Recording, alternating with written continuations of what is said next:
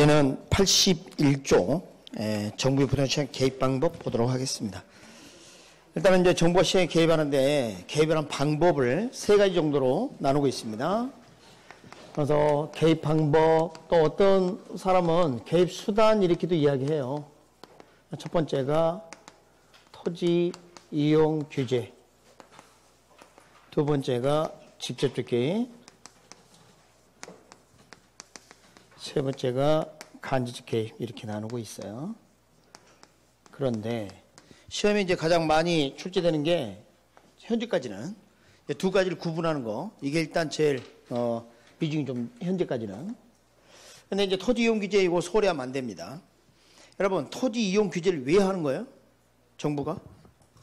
자, 여러분이 가지고 있는 토지는 사유 규제는 국토 일부죠. 그러니까 내 토지니까 내 마음대로 하겠다 이거 아니야.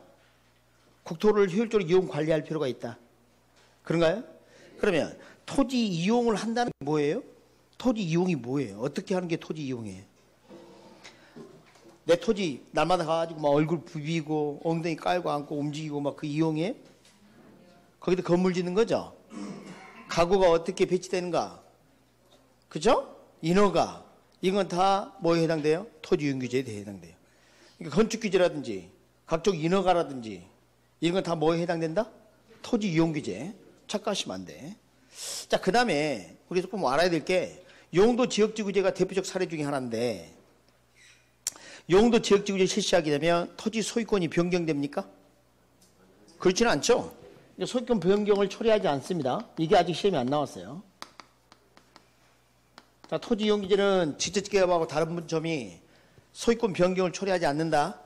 그걸 좀 기억을 해 주시고. 자, 직접적 개입 같은 것은 이제 특징이 정부 시장에서 수요자나 공급자 역할을 행하면 이건 직접적 개입이 되겠습니다. 그 다음에 수요자나 공급자 역할을 하지 않으면 간접적 개입. 그리고 시장의 기능의 일부를 인수했다. 기능의 일부를 인수했다. 이러면 직접적 개입. 그 기능을 통해 소기 효과를 달성했다. 그러면 우리가 간접 개입을 하는데 도대체 무슨 말인지 모르겠죠. 그래서 우리가 이제 시장을 살펴보면 항상 이런 그래프를 그리지 않았습니까? 그죠? 네. 이런 거 말이죠. 그러니까 수요자 공급자가 이렇게 만나는 곳이 시장이에요. 시장 그려보세요. 그럼 이렇게 그리는 겁니다. 시장, 그럼 이게 시장이에요. 이게 시장. 그런데 정부가 이 시장에 뛰어들어서 수요자나 공급자 역할을 했다. 여러분이 정부하고 수요자 공급자 입장에서 서로 경쟁한다. 이길 수 있어요? 안 됩니다. 안 돼. 자, 우리 공적 마스크 예를 한번 들어보죠. 이거 말이죠. 만약에 정부가 다 생산하겠다. 그럼 여러분이 뭐 경쟁에서 이길 수 있겠어요? 안 되는 거죠. 그런데 지금은 다 생산을 하지 않지만 싸게 저렴하게 구입할 수도 정말 개입했죠. 이거 가격 통제 규제입니다. 직접적 개입이에요. 정부가 마스크를 만드는 것보다 가격을 얼마 이상 받지만 이렇게 통제하는 게 훨씬 더 강력한 거예요. 맞습니까? 그래서 여러분, 그 분양가 상한제나 임대료 규제는 직접적 개입에 해당돼요. 시주인 책들이 이걸 언급을 잘 안 하려 합니다. 그게 좀 안타까워요. 응? 왜 그러냐면 안전교수 책에, 그분 책에 이런 표현이 있습니다. 자, 가격 통제나 임대료 규제나 이런 것을 뭐라고 설명했냐면, 임대료 규제는 시장에서 정부가 수요자나 공급자 역할을 직접적으로 수행하지 않는 정책이다, 이렇게 돼 있어요. 수요자나 공급자 역할을 직접 안 한다는 이야기지, 그렇다고 그것을 간접적 개입이라는 뜻은 아니에요. 자기가 이 해석을 잘못해 놓고는, 그래서 소음서들을 보면 임대료 규제하고 분양가 상한제 직접 개입이라고 언급한 책이 거의 없어요. 대학 서적 빼고. 답답합니다. 그리고 더 웃긴 건 뭔지 아세요? 아직 출제를 안 한다는 거예요, 그걸. 직접이냐 간접이냐 그 이야기를 안 한다는 거예요. 내긴 해도. 직접 간접을 묻는 문제는 아직 안 나왔다는 거예요. 그래서 저는 나오기를 손꼽아 기다리고 있어요. 왜냐하면 전 세계 경제학자들이 가격 통제가 시장에서 정부가 개입하는 가장 강력한 직접 개입으로 보고 있거든요. 그만큼 강력한 게 없어요. 이게 뭐 가격을 낮게 설정하고 올라가지 마 이런 거 말입니다. 그죠? 직접기업이 이게 왜 이게 뭐 간접인지 직접인지 말도 못하고 어떤 사람은 또 간접이라 하질 않나. 그렇지 않습니다. 그러니까 정부가 이렇게 시장에 뛰어드는 거 지금 요 세 가지를 이제 생각하면 거의 여기에 해당이 돼. 직접기업만 봐봐요. 뭐로 돼 있나? 택지 공인개발 전면 수용합니다. 이따 토지은행제도 배울 건데요. 쌀 때 미리 사두는 거예요. 수요자 역할을 하는 겁니다. 수용하는 거고 도시재개발, 임대료 규제, 분양가 규제 다 뭐에 해당된다? 직접기업. 그런데 그림을 자세히 보면 자 여기 누가 있죠? 수용모 쓰시고 수용하시는 분 보이세요? 수용 자세를 보니까 평형입니다. 딱 보니까 크롤은 아니고 자유형은 아니고 평형을 지금 하시는 딱 모습. 개구리 헤엄 딱 뭐 수용모까지 언제 썼디야? 수경도 쓰고 있네. 여러분 이 시장이 어린이 풀장이라 생각합시다. 어린이 풀장. 정부가 이 어린이 풀장 자 어머니가 이 어린이 풀장에 뛰어들었어요. 왜 그랬을까요? 급한 일이 생겼으니까 코로나가 발병했으니까 그렇죠? 이런 경우에는 정부가 직접 개발하는 게 필요하겠죠. 그런데 이 문제 해결되면 어떻게 돼 이제 마스크 공적 마스크 20년 동안 계속 1,500원 납득이 됩니까? 안 되는 거죠. 빠져나와야지. 그러니까 직접 개입은 장기적으로 시행하는 게 좋지 않을 수 있다는 거예요. 시장이 자유를 맡기는 게 중요한데 잘못됐을 때 정부가 개발하는 거고 이건 장기적으로 해서는 안 됩니다. 어머니가 어린이 풀장에 뛰어들어서 계속 수영하고 놀고 있으면 그게 어린이 풀장이야? 어머니 풀장이지? 어때 웃어주는 센스? 응? 아이고 참말로 배려심 없는 관객들. 자, 그 다음에 간접기업이 뭐냐면 이제 어머니가 봐봐요. 어린이 풀장 그 밖에 서 계시죠? 잘 봐봐요. 그 머리맡에 뭐 떠 있죠? 그게 짜장면입니다. 젓가락 꼽힌 짜장면. 그림이 좀 너무 희미해서 그러는데 잘 보면 얼마나 재밌냐면 자 어머니가 여기 서가지고 뭐라 그러냐면 야 여기 어린이 풀장에 애들이 이렇게 지금 막 놀고 있는데 어유 야 물 고여있어. 그 미끄러도 조심해야지. 그 정보체계 구축이에요. 어? 지적 등기제도 뭐 이런 것들. 그럼 거리를 원활하게 해주는 거지. 그리고 이렇게 하면 야 너네들 말 잘 들으면 오늘 짜장면 사줄게. 용돈 줄게. 그게 간접기업이에요. 그런 게. 너 말 안 들어? 용돈 뺏을 거야. 벌가금 조세 부과. 오케이? 용돈 떨어졌다고? 금융제도. 땡겨줄게. 그런 것은 직접이다 간접이다. 간접이다. 사례 보면 알 수 있잖아요. 그죠? 이거 구분할 수 있겠습니까? 이거 구분할 줄 알면 일단은 한 문제는 일단 안전하게 넘어갈 수 있어요. 좀 주의를 해 주십시오. 그러니까 이 그림을 보고 생각하세요. 자, 어머니가 시장에 뛰어들었다, 어린 풀장에 뛰어들었다 이런 생각을 하게 되면 직접기업이 뭔지 이해할 수가 있어요. 그럼 이따 또 뭐 물어볼 계획이 있겠지. 그럼 정부가 이제 시장에 개입하게 되면 그 기능이 어떻게 되느냐. 첫 번째가 경제적 기능이라는 게 있습니다. 경제적 기능. 여러분 시장이 하는 기본적인 기능이 경제적 기능이에요. 근데 정부가 왜 시장에 뛰어들어서 경제적 기능을 하는 겁니까? 시장이 제 기능을 못하니까. 원래 자원 배분 기능을 해야 되는데 잘 못했다는 거 아니에요? 그럼 그예요. 시장 실패를 해결하기 위해서 시장 실패를 수정하기 위해서 뛰어드는 거 뭐예요? 경제 기능이에요. 아까 우리 시장 실패 원인 중에 이런 게 있었습니까? 외부 효과라고? 아, 외부 효과. 그러면 외부 불경제 안 좋은 거죠? 아, 그렇습니다. 자, 정부가 용도 지역주의를 실시한다는 이야기는 어울리지 않는 이용은 배척시키고 외부 불경제를 차단하는 거죠. 어울리는 이용을 인접시키는, 외부 경제를 인접시키는 거죠. 그러니까 외부 효과 문제를 해결시키는 하나의 사례가 된다는 겁니다. 아시겠습니까? 네, 그래서 그것들이 대표적인 경제 기능에 해당이 돼요. 그 다음에 두 번째, 정치적 기능. 이것은 이제 효율성이나 형평성 등의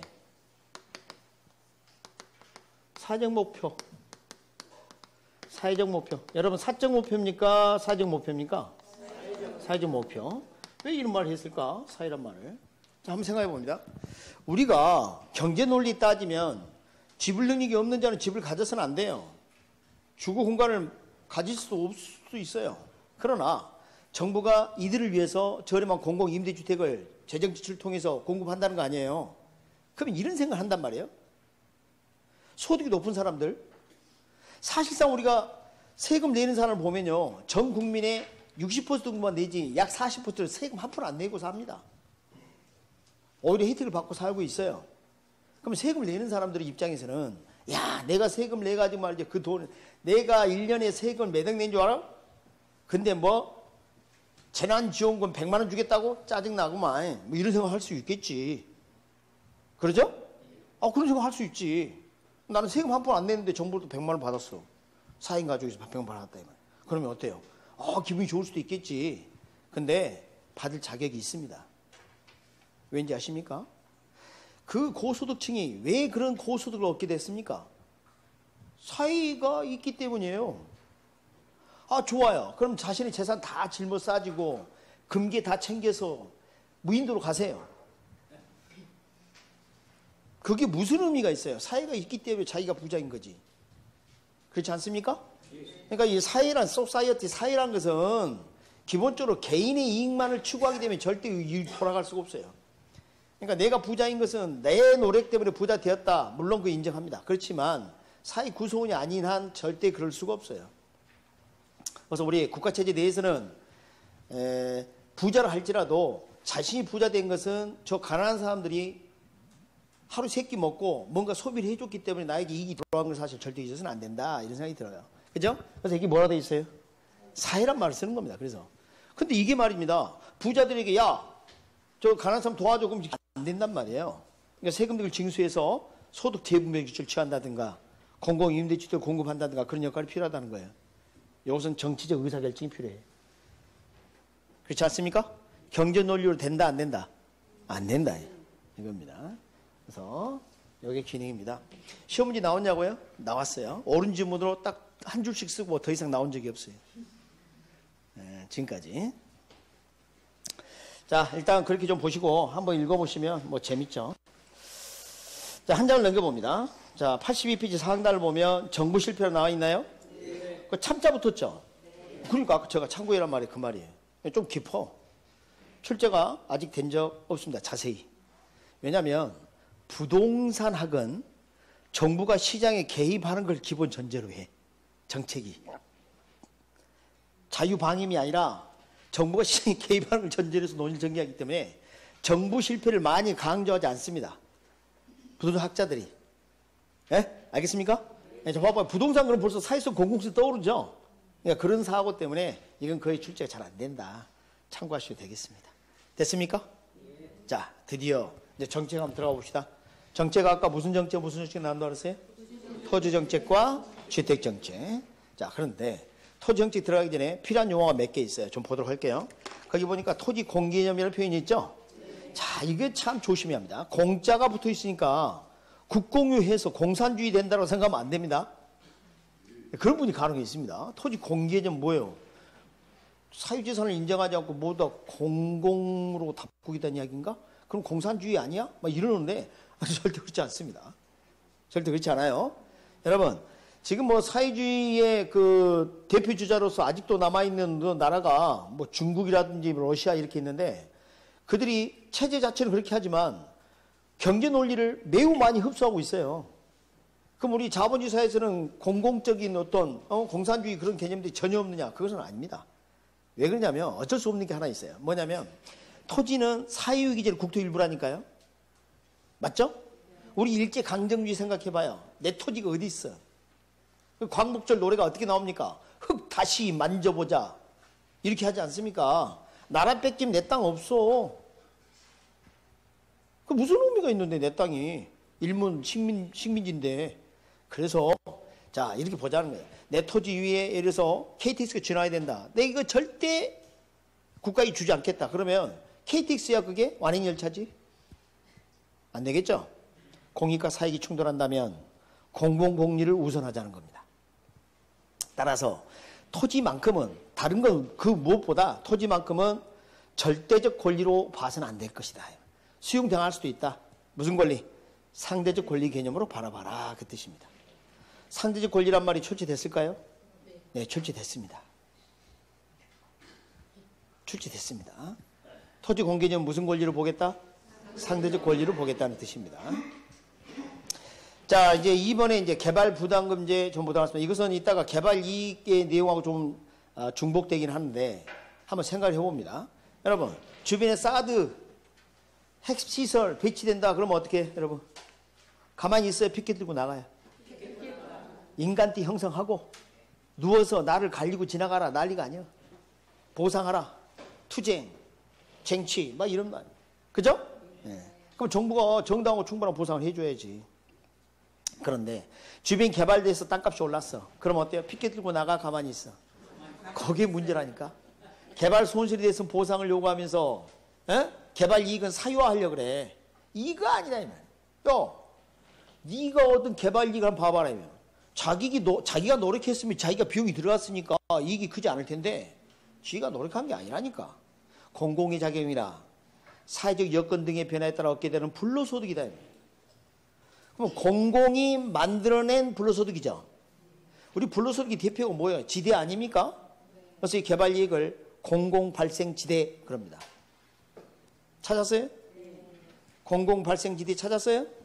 자, 주의합니다. 요게 제목은 출제 안 됐는데 내용이 작년인가 재작년에 출제됐어요. 그러니까 이 용어가 나올 수가 있어요. 그러니까 조심하세요. 뭐라고 부른다고? 공공발생지대. 개발 이익은 내가 만든 거다, 공공이 만들어준 거다. 공공이. 그래서 공공발생지대 이런 표현을 씁니다. 이런 용어를 좀 알아둘 필요가 있어요. 학계로 용어가 참 많죠. 자, 됐습니다. 이렇게 용어 정리 좀 했고 이제 토지 이용 규제 들어갑니다. 자, 그 표 봐봐요. 제가 토지 이용 규제 그러면 용도 지역주 규제만 있는 것이 아니라 그랬죠. 물론 그게 가장 중요한 내용으로 우리가 다룰 건데 거기 뭐가 있는가 봐봐요. 제목 한번 봐봐요. 표에. 지금 바가 두 번째 그 줄이 너무 진하게 돼 있으니까 그게 제목이라고 생각하는데 그게 아니라 좀 약하게 해야 되는데 좀 진하게 돼 있는데 용도 지역주가 중요해서 그렇게 된 거고 그 밑에 봐요. 가구 분할 통제. 그렇죠? 그러니까 뭐 용도 지역주도 조금 더 좀 자세히 들어가는 겁니다. 그 다음에 건축 규제, 정부의 각종 인허가제도 다 뭐에 해당된다? 토지 이용 규제. 다음 중 토지 이용 규제로 볼 수 없는 것은 이렇게 될 수 있잖아요. 그죠? 그래서 뭐 그 정도 좀 기억을 해주세요. 그 다음에 용도 지역주의 들어갈 텐데 여기 상당히 좀 중요한 표현이 하나 있습니다. 책으로 와서는 출제되는 게 이거야. 키워드가 외부 효과입니다. 여러분 83쪽에 오른쪽에 양가로 1번의 용도 지역지구 제외하고 동가 1번 단기적 효과에 기억이 어울리지 않는 토지용을 규제하기 때문에 부의 효과를 차단하게 된다. 그 기억에다 별표 칩니다. 별표 치세요. 나오면 그거 나와. 그 다음에 81페이지 또 한번 갑니다. 앞으로 다시 가봐요. 이것도 하나 별표 칠 게 있어요. 거기 보면 토지 이용 규제 찾았어요. 양가로 1번에 동그라미 3번 별표. 거기도 읽어보니까 뭐라 돼 있어요? 외부 효과를 방기하는데 그 0점을 준다. 됐습니까? 네. 자, 토지 이용 규제 또는 용도 지역주 규제는 정부가 외부 효과 문제를 해결하는데 이용될 수 있다. OX. 오, 거기 출제된 거라니까. 응? 여러분, 그 선생님들 지금 얘기해. 강달 서신 선생님들은요, 30여 년 동안 출제된 모든 문제를 거의 기억하고 있어요. 그래, 고백할게요. 95%. 거의 기억하고 있어요. 그러니까 선생님들이 무슨 이야기 하면 그게 출제 가능성이 높다 그러면 잘 체크를 좀 해놓을 필요가 있어요. 자, 기회가 막 자주 오는 건 아니니까. 그러면 이제 83쪽 보면 설명이 좀 나오기 시작하는데 이건 출제 가능성이 높지가 않아. 그래서 이따 결론만 잘 기억하면 돼요.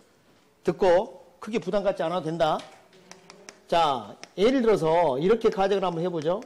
어느 지역이 이제는 전용 주거 지역이에요. 자, 잊지 마실 게. 자, 잊지 마실 게 원래 용도 지역주거지 실시하고 있는데 또 용도 지역주거지 실시한다 이런 내용이 아니라 대한민국에 이런 게 전혀 없었다가 이런 걸 시행하게 된다면 어떤 효과가 있을까 그걸 묻는 것처럼 생각해야 돼요. 아시겠습니까? 다시 한번 이게 이런 효과가 뭐가 있을까 이걸 물어본다는 이야기는 없었다가 처음에 생긴 다음에 어떤 효과일까 이걸 물어보는 거지 지금 하고 있는데 또 한 다음에 그걸 물을 일은 없다. 이해되셨죠? 네, 그래서 일단은 예전에는 말이지 막 주택, 상가, 공장 막 난립해 있었습니다. 근데 어느 지역이 이제는 전용 주거지역이란 거 아니에요? 여러분 전용 주거지역은 공장 등 들어올 수 없죠? 네. 그러면 어떤 일이 벌어지느냐? 쾌적한 주거 환경이 확보됩니다. 사람들이 여기 살게 되면 주택 가치가 하락할 위험도 적게 돼요. 그렇지 않겠어요? 그러면 주택에 대한 수요는 증가하게 됩니다. 증가. 그럼 어떤 일이 벌어지느냐? 이미 이렇게 부동산을 가지고 있는 자 있죠? 이런 지정을 하기 전에 이미 부동산을 가진 사람들이 있죠? 이런 사람은 뭐라 하냐면 before the fact라고 합니다. before the fact라는 것은 사건이 벌어지기 전에, 저런 지정이 일어나기 전에 가지고 있는 사람, 이 사람들을 사전적 독점이라고 그래요. 이미 토지를 장악하고 있는 이런 사람들, 부동산을 보유하고 있는 사람, 이런 사람을 뭐라 한다? 사전적 독점. 그럼 수요가 증가하게 되면 주택가격이나 토지가격이 상승하겠죠? 자, 원래 분양가격이 평당 1,000만 원이었는데 이제는 1,500만 원을 쳐봅시다. 그럼 500만큼 무슨 일이 생긴 거예요? 초과 이윤이 생긴 거예요. 자신이 노력한 대가보다 더 받을 수 있는 뭐가 생긴다고요? 초과 이윤. 이들은 초과 이윤이 생길 수 있다는 거예요. 가능하다 이거예요. 단계는 이런 문제가 생겨요. 그러니까 지역주의제가 문제점이 뭐냐? 일단은 유리한 지정을 받은 자가 단기 초과이윤을 얻을 수 있다는 겁니다. 전에 우리 단기 장기 배운 적이 있어요. 그때 제가 이런 사례를 썼습니다. 산 정상에 아이스크림 파는 사람 처음에는 비싸게 받아 먹을 수 있다 그랬죠. 그러나 그날 우연히 놀러 왔던 노숙자가 다음날 통 들고 올라온다 그랬죠. 장기가 되면 새로운 경쟁자 공급자가 진입해 오죠. 경쟁은 무엇을 소멸시킨다? 그 이야기 하는 거예요. 그 이야기. 그럼 장기는 경쟁이 나서 점점 초과이 사라지게 되는데 이렇게 합시다. 아이스크림 원가 변화 없다. 건축비 변화 없다. 오케이? 네, 그렇게 한번 가정해 봅시다. 건축비가 변화가 없는 이런 상황에서는 이럴 수가 있어요. 자, 장기는 단기를 포함하죠. 그래서 수요가 증가하고 나면 공급이 증가하되 딱 여기까지 증가할 가능성이 있어요. 다시 말하면 1000에서 1500까지 올랐다가 다시 떨어진다는 거예요. 이렇게 거래량 늘고. 그러니까 여기에 이제 뭐냐면 비용 불변 산업이다 이렇게 표현합니다. 여러분, 비용은 생산 요소 가격, 생산비, 건축비 몰라도 돼요. 그 다음에 두 번째, 이런 경우가 있어요. 건축비가 상승하면 어떻게 돼요? 아이고, 이제 평당 건축비가 예전보다 200만 원 비싸졌어. 그럼 값이 떨어지더라도 1000만 원까지 떨어지면 안 되지. 이제는 1200만 원까지 떨어져야지. 더 떨어지면 안 되지. 그게 비용 증가 산업이에요. 안 나와요? 안 나와. 열심히 들었는데 안 나온다 하니까 갑자기 기운이 빠져요. 가슴을 쓸어내렸어요. 아, 가슴을 쓸어내렸어요? 그러니까 그런다니까. 그래서 지금 여기가 1000인데 원래 1500까지 올라갔다가 떨어져야 되는데 중간에서 멈춰버린 거야. 봐봐요. 공국세 여기서 멈춰버려. 여기서. 예전보다는 약간 비싸지겠죠? 여러분, 1000에서 1200으로 이제 결론적으로 마지막 종착역에 도착했는데 이때는 200이 초과이윤이 아니야. 비용이 뭐해서? 증가해서 그렇다니까. 초과이윤 아니라니까. 이해하셨죠? 자, 이런 경우는 매우 드물 거예요. 빈곤 감소 산업. 생산비가 줄어드는 거죠. 이런 경우는 드물겠죠, 거의. 그래서 이론적으로만 이야기하는 겁니다, 사실은. 자, 수요가 증가한 다음에 공급이 크게 증가했어. 봤더니 건축비가 평당 한 200만 원 절감됐어. 그럼 경쟁이 일어나게 되면 분양가격이 800만까지 떨어질 수 있다니까. 1000에서 1500 올랐다가 800까지 떨어질 수도 있다니까. 그게 뭐예요? 비용 감소 산업이에요. 자, 여러분, 저 비용은 생산비를 말해요. 잘 들어요? 장기에 생산비가 상승해서 분양가격이 비싸질 수도, 생산비가 하락해서 분양가격이 싸질 수도 있지만 경쟁을 통해서 초과이는 소멸됐다니까.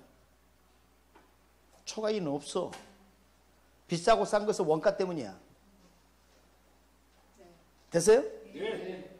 근데 안 나와. 뭐만 나오냐면 장기에는 초과인이 없다, 그것만 나와. 알았습니까? 다시 말하면 장기에는 나중에 뛰어든 공급자는 초과인을 얻을 수 있다, 없다?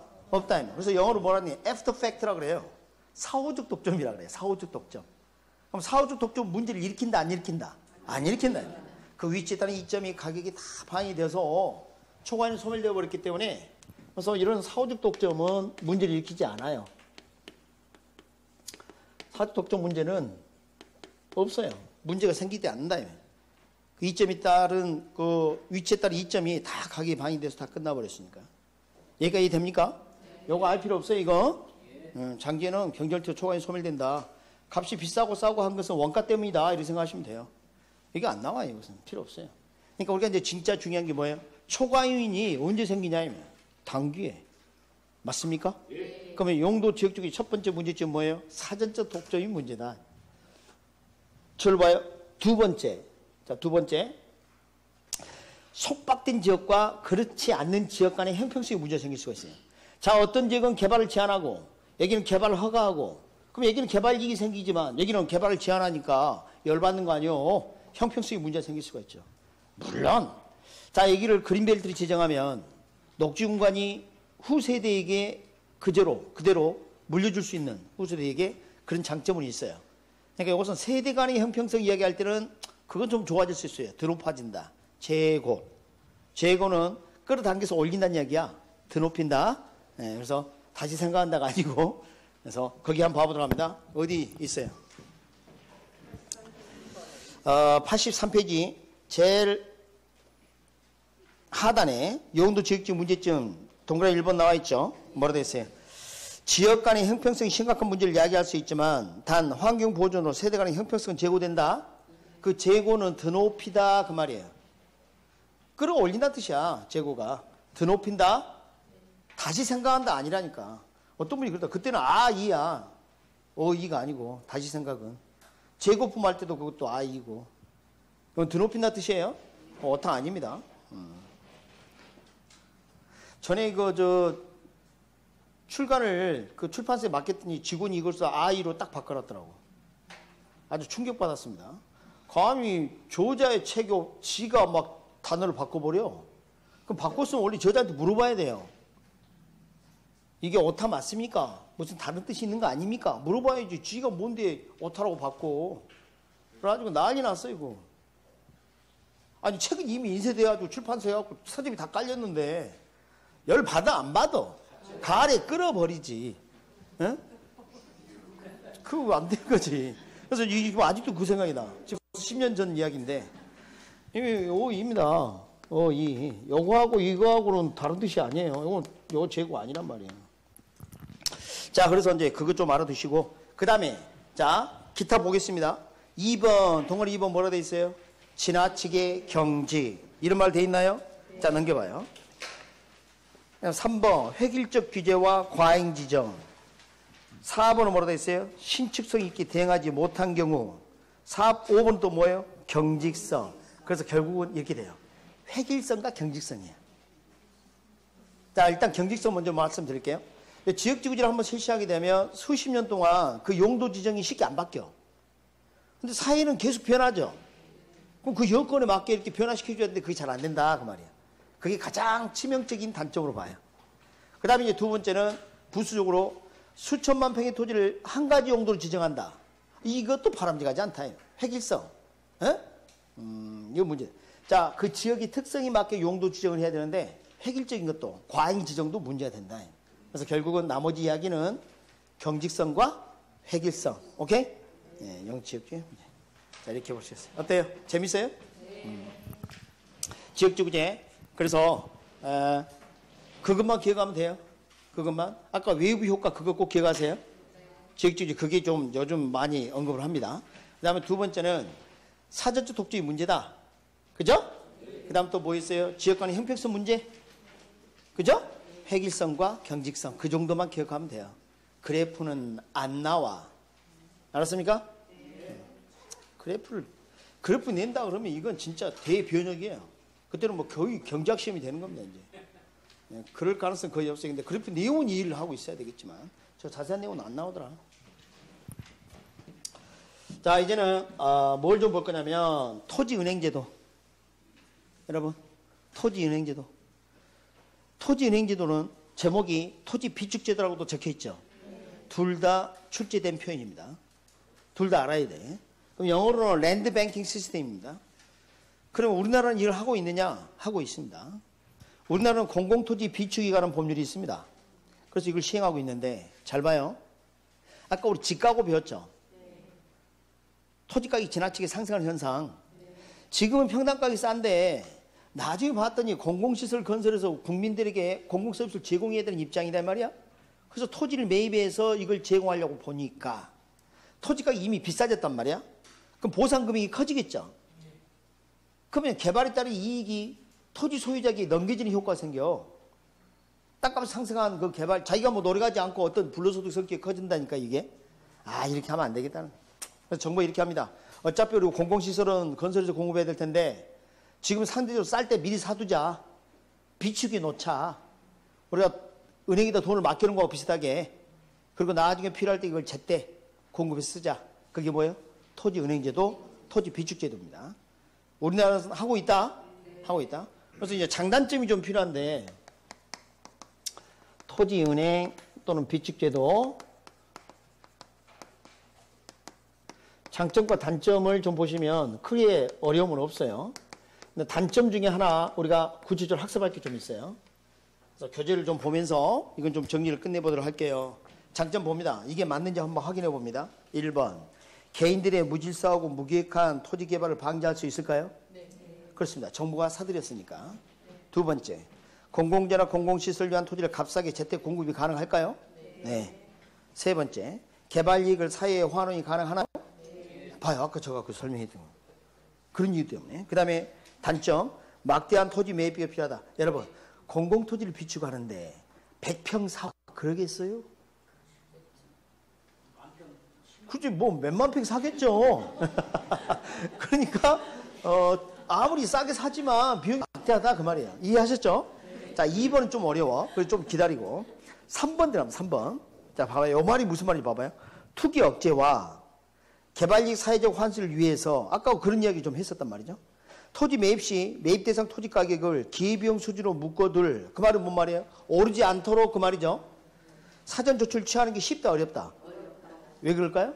자, 봐봐요. 시장이 정상적인 수요자 말고 정부가 갑자기 수요자로 나타난 거 아니에요?